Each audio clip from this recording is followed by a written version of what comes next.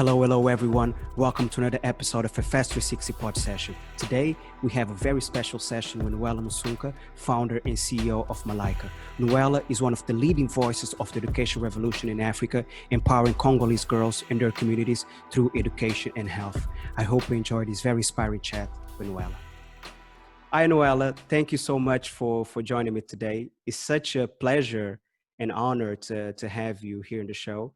This will definitely be a very special and an inspiring conversation with all the beautiful stories that we will explore. But tell me, how are you feeling today?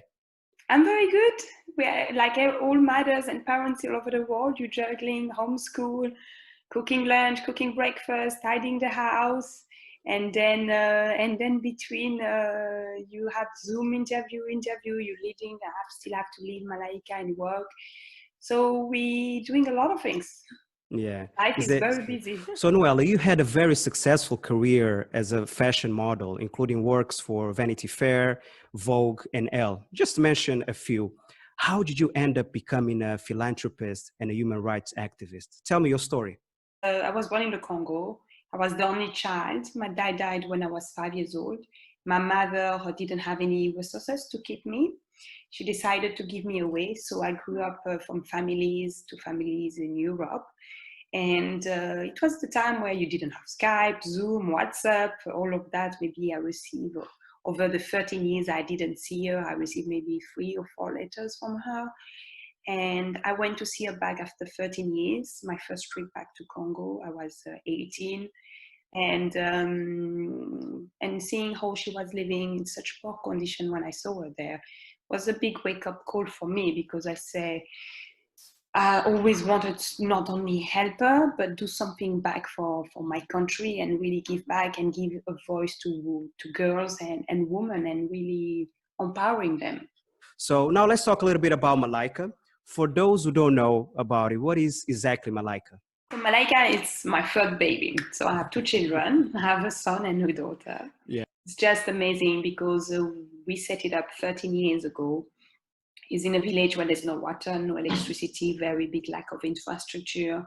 And we started only with 1 well and 3 classrooms and offices and bathrooms. And then it grew from 104 students to 346 students. The students arrive at 5 years old until 18, they grow as a leadership school.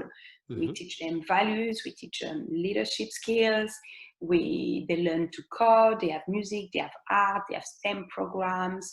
We follow the Congolese curriculum, but we had all these modules of education. You're teaching the kids, but you have to teach the parents and the youth and the community that doesn't go to school, and to make them understand the importance of education. And you mentioned something that I think is super powerful, Noella. You mentioned that we can't educate the children without educating the parents, right? How challenged that you find that work with the parents, right? The parents, I really embrace Malaika in a big way, because they see that it's beyond the school. So the parents understand that they need at least to have basic skills of reading and writing and now using computer. So you mentioned before that Malaika is made of a school, of course, a community center, a clean water program, and an agricultural program as well. Why is it so important to take an ecosystem building approach for the work that you're doing? So the ecosystem can be duplicated. They can be duplicated progressively in any communities in the world. And can you tell me how COVID-19 has impacted Malaika? I understand that the school is closed right now, right? I'm not worried academically. 2 months or 3 months, the kids will catch up. You will have to have a strong program in place and be ready when school will be back to open. And thanks God we have this plan where we're going to villages and giving the homework. And the big problem we will have, and that we have, is the health of the kids. Our nutrition program was essential for their growing. And what you're doing is exactly what I believe is what Africa needs, is empowerment, right? I like to say, in my personal view, Noella, is that unity. That's what's missing in Africa. Yeah. So, and I like to say, and an important thing that I always say is that Africa doesn't need charity. Africa needs empowerment to progress and to become self-sufficient. And I believe that you agree with this view, right? We need to be self-sufficient, and we're learning through these phases that all the borders are closed. Africa need to have this ecosystem of the 54 countries working together, and they need to have the unity. We need to stop all this conflict that we have between countries. We need to sit at the table and be equal and deal on an equal partnership. Yeah, and education is one of the most powerful tools that we have for that empowerment, right? As you mentioned before, it's not an okay education, it's really a top education, and that will be the key driver of that progress and empowerment. So now tell me more about your beautiful dream, Noella. Where do you see Malaika in the next 3 years? I would love to see the Malaika model being duplicated in a few places, definitely. I would love to really follow the girls when they finish at 18. I wanted to leave a bigger legacy. I wanted tomorrow, if I die, Malaika still there. I wanted that you can ask every student what Malaika mean for them. They will answer different. They will answer in a different ways. And everybody feel related in different fields of Malaika. And it has nothing to do because it's Noella. And that's your legacy, as you mentioned, that's the legacy that you're leaving behind, right, in this world. And you're creating pretty much the future leaders of Africa, because some of the girls that you're working with, they will become the leaders of our continent. And that's a beautiful thing, Noella.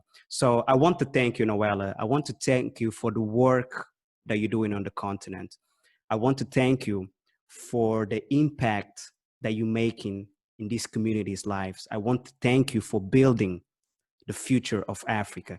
And I want to thank you for believing in the power of your beautiful dreams, right? And that's why we have Malaika today.